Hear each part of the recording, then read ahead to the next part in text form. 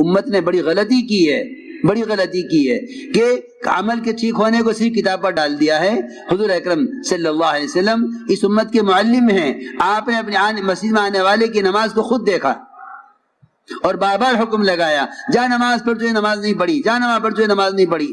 نماز میں رکوع سجدے نہیں چھوڑے تھے، قیام اور جو ہے قاعدہ نہیں چھوڑا تھا، صرف اتنی غلطی کی تھی کہ رکوع سے اٹھنے کے بعد کھڑا نہیں رہا،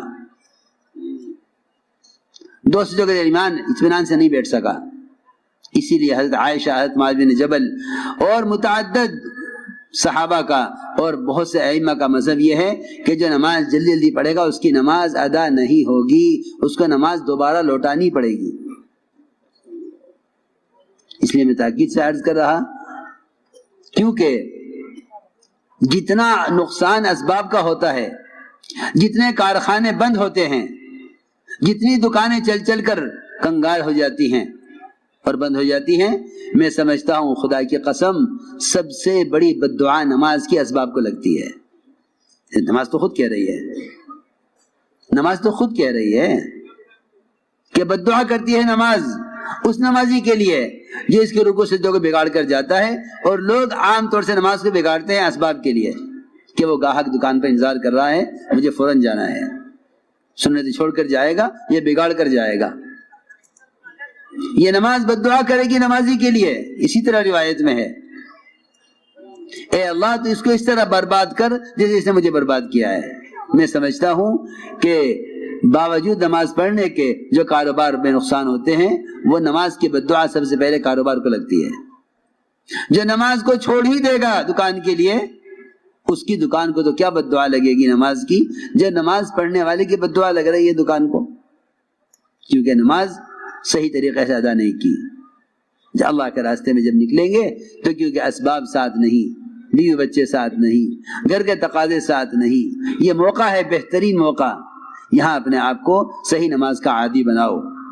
ائمہ اکرام کو چاہیے کہ اپنی مساجد میں اس کا اہتمام کریں، کہ نماز کا حلقہ قائم کریں، نماز سکھلائیں، پھر نماز رکوع کرنا سکھلائیں، سجدہ دیکھیں، خود اپنی نماز سے، ائمہ کو چاہیے خود اپنی نماز سے صحیح نماز پڑھ کر دکھلائیں، نماز صحیح پڑھائیں، وہ عوام کی مشغولی کی رعایت نہ کریں۔ آج کل یہ ایک غلط فہمی پیدا ہو گئی ہے عام طور سے مسلمانوں میں کہ نماز ہلکی پڑھاؤ کیونکہ پیچھے بھائی وہ ہیں، تاجر بھی ہیں، ضرورت مند بھی ہیں اور مشغول لوگ بھی ہیں۔ جی ہاں، یہ بیچارے ایسے ناواقف اور علم سے ایسے پیدل نکلے کہ انہوں نے نمازوں میں مسنون قرات بھی چھوڑ دی جلدی کرنے کے لیے، رکوع سجدوں کا اطمینان چھوڑ دیا۔ کہتے ہیں من اما بقوم فلیخفف، نماز ہلکی پڑھانی چاہیے۔ انہیں معلوم نہیں کہ حضور اکرم صلی اللہ علیہ وسلم نے ہلکی نماز کے پڑھانے کا حکم کب دیا تھا؟ جب معاذ ابن جبل رضی اللہ تعالیٰ عنہ نے عشاء کی نماز میں سورہ بقر پوری پڑھی تھی، سوا پارہ، ایک رکعت میں سوا پارہ، دوسری رکعت میں۔ یہ عشاء کی نماز تھی، تراویح نہیں تھی، عشاء کی نماز جو روزانہ ہوتی ہے۔ صحابہ نے پڑھی، پھر خیال آیا کہ حضور اکرم صلی اللہ علیہ وسلم تو والتین والزیتون انا انزلنا والشمس والضحاها واللیل اذا یغشی یہ پڑھتے ہیں، اور معاذ نے سورہ بقر پڑھی ہے، تو چلو چل کے پوچھ لیتے ہیں حضور اکرم صلی اللہ علیہ وسلم سے کہ رسول اللہ یہ نماز یہ بھی قرات ہے یا یہ بھی قرات ہے، کہ کون سی نماز پڑھیں؟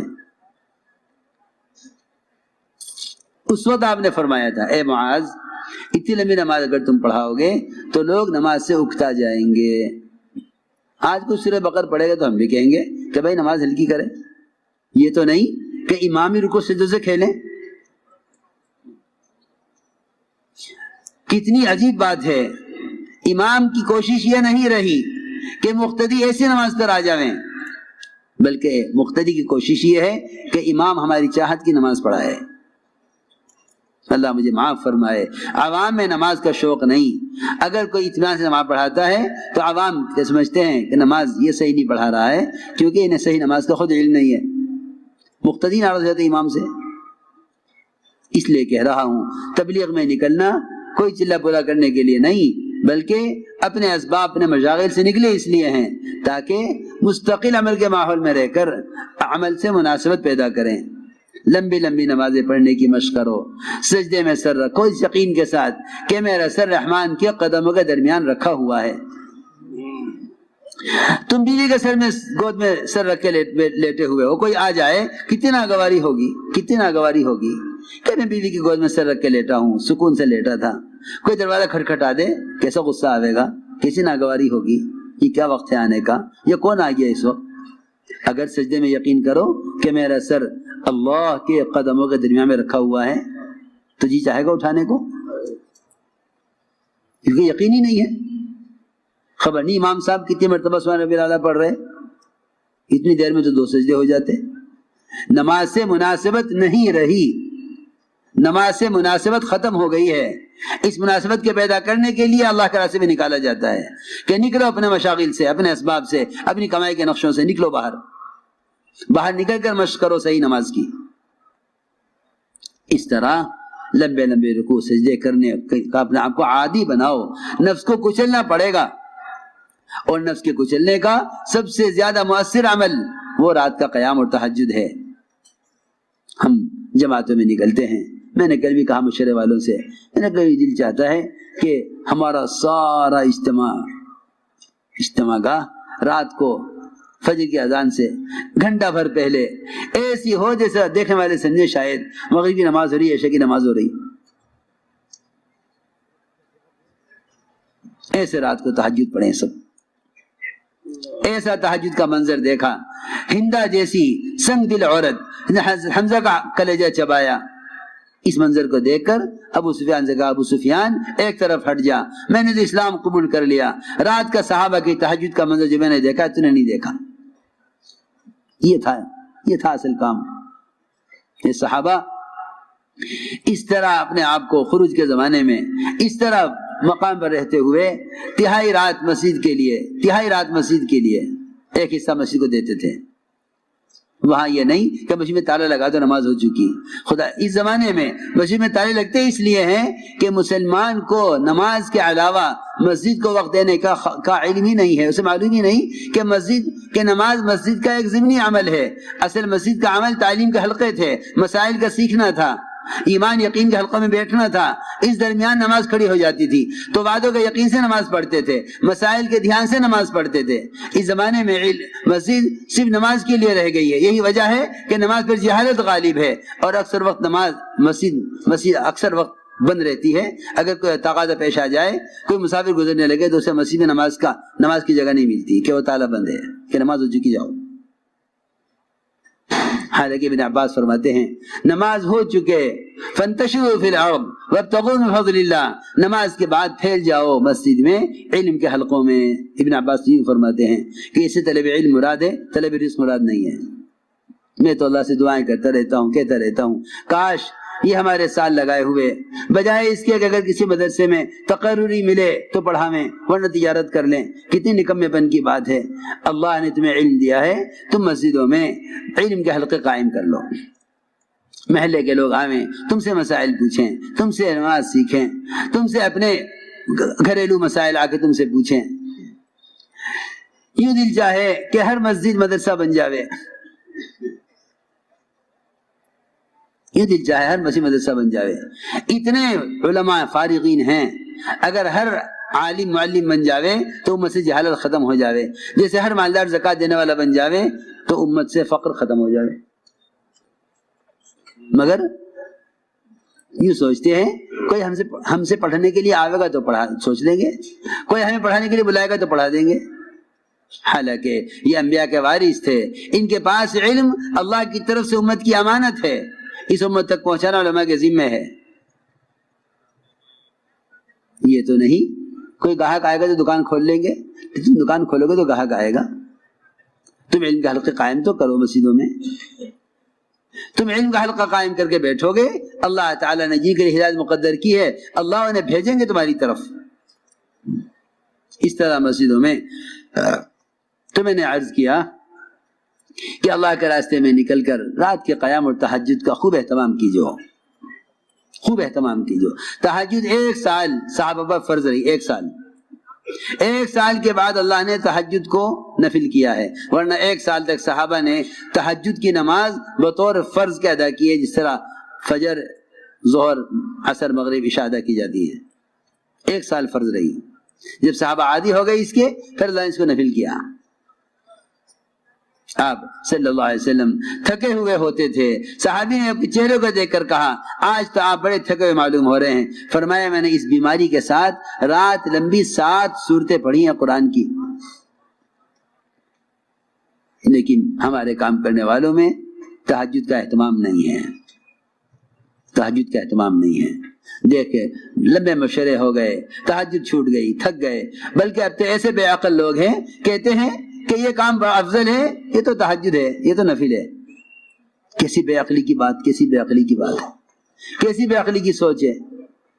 حالانکہ وہ تہجد جس سے دعوت کی بات واضح ہو جاتی کہ قرآن کہتا ہے اقوم مقیلا، کہ رات کا قیام سب سے زیادہ دعوت کی بات کو واضح کرنے والا ہے، قرآن میں ہے اقوم مقیلا، کہ رات کا قیام اور تہجد دعوت کی بات کو واضح کرا دے گا، صحیح بات دل میں ڈالے گا۔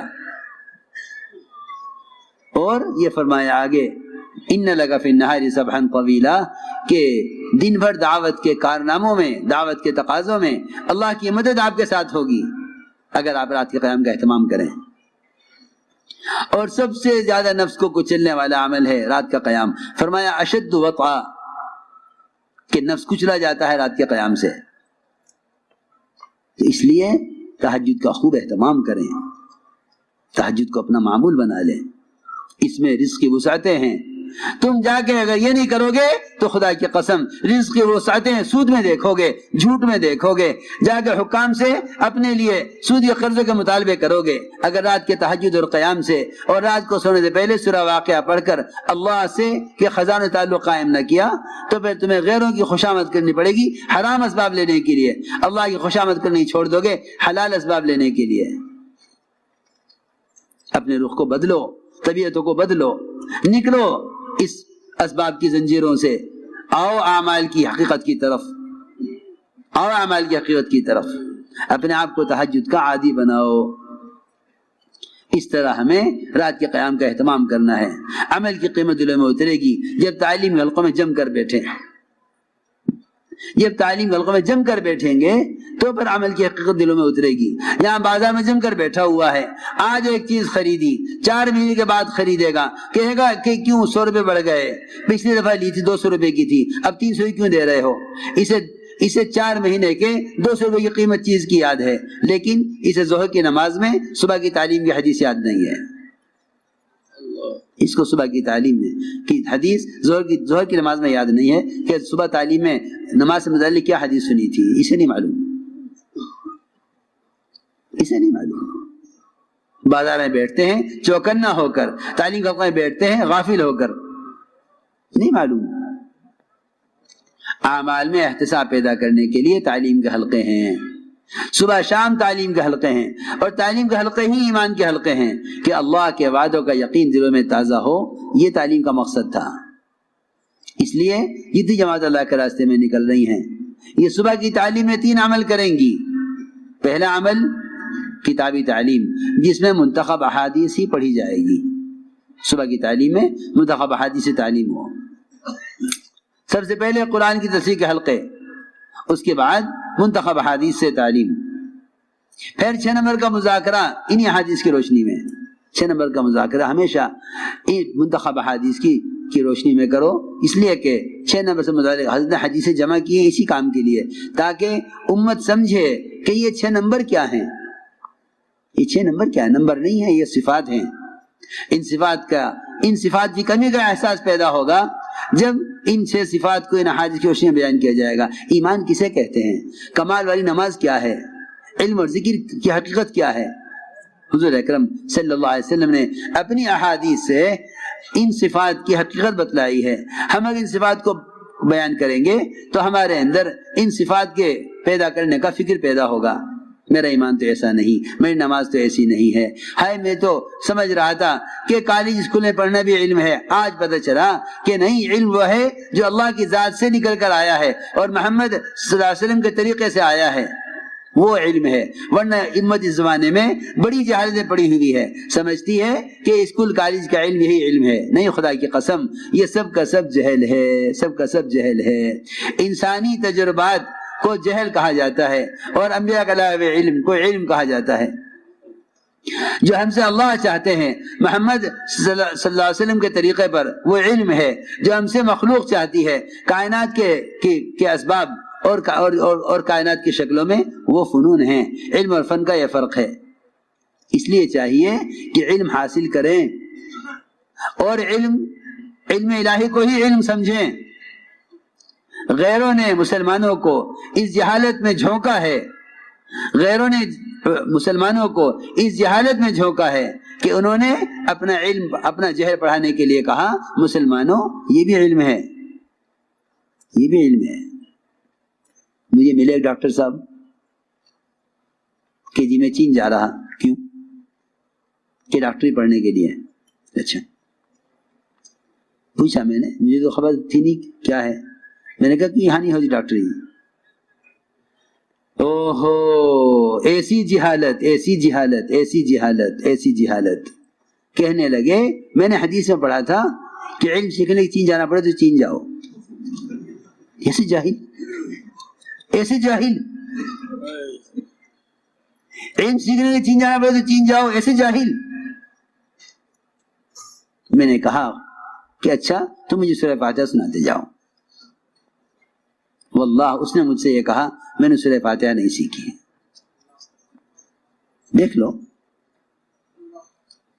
وہ دماغ جن کو میں یہ بٹھایا گیا ہے کہ دنیا کے فنون بھی علم ہیں، ان کو علم سیکھنے والے علم الہی سے اور سورہ فاتحہ کی فرضیت سے بھی ناواقف ہونے کی وجہ سے سورہ فاتحہ سے جاہل ہونے. نہیں خبر سورہ فاتحہ کیا ہے.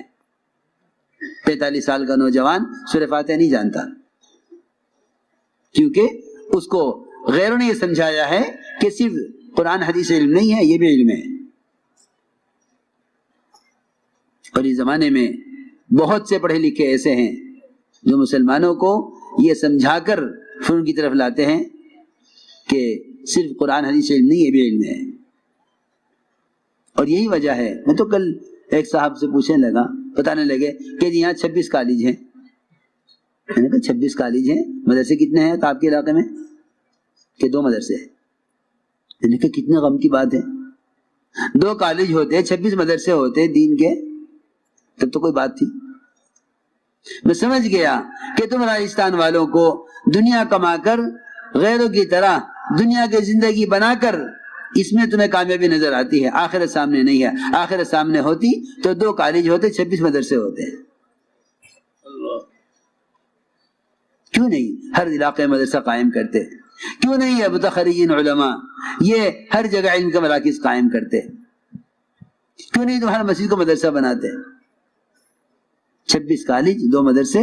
اس کا مطلب صاف یہ ہے کہ تمہاری اکثریت جہل کی طرف جا رہی ہے، اکثریت جہل کی طرف جا رہی ہے.